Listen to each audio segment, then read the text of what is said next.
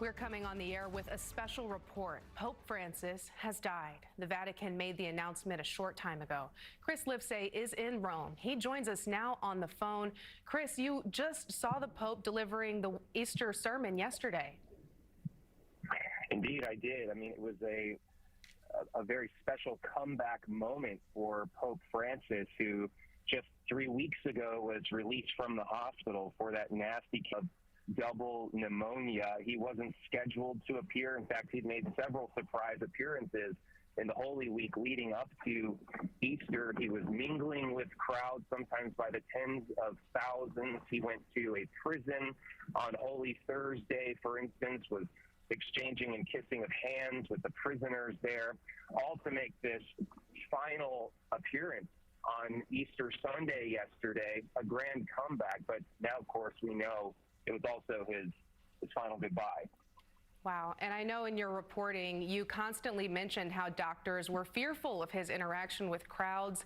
Is there any indication that his activity these past couple of weeks exacerbated his condition?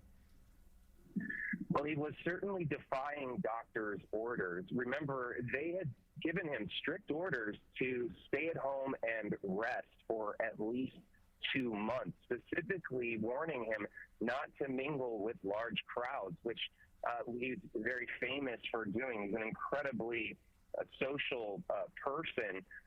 That proved to be too much to ask of the Pope, the leader of nearly 1.5 billion Catholics around the world, especially during Holy Week. It is indeed the holiest week on the Catholic calendar. Easter, the holiest day on the Christian calendar, celebrating the resurrection of Christ. Indeed, it seemed to be a resurrection of sorts for Pope Francis. He was mingling with the crowd for the first time. He was riding around in his Pope-mobile for the first time since he had been discharged from the hospital 3 weeks ago.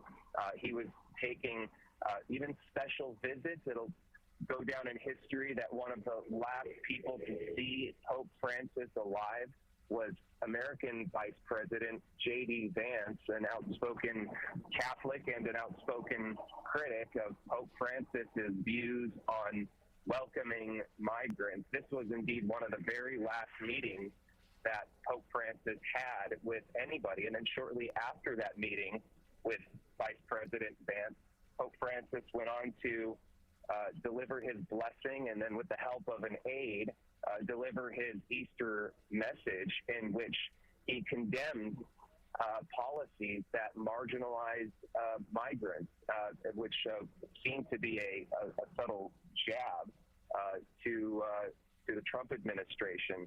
So it's all very, very stunning, considering Pope Francis had just spent more than 5 weeks in the hospital, made this dramatic recovery. I mean, remember, his doctors said after he was discharged from the hospital that he came very close to dying, so much so that they had to consider letting him go while he was still in the hospital. But he made this dramatic recovery, was discharged, and it's long been said by people who were close to Pope Francis. Indeed, I was having dinner last night with one of his closest aides who told me Pope Francis wants to die on the battlefield. And judging by his behavior leading up to Easter and indeed his death, that certainly appears to have been his intention. Wow, such significance that he spoke yesterday without oxygen tubes. He was touching babies. He met with the vice president, and now we have lost Pope Francis at age 88 on the most significant day for Christianity, Easter. We have lost Pope Francis. Coming up on CBS Mornings, much more on the life and legacy of Pope Francis, dead at the age of 88.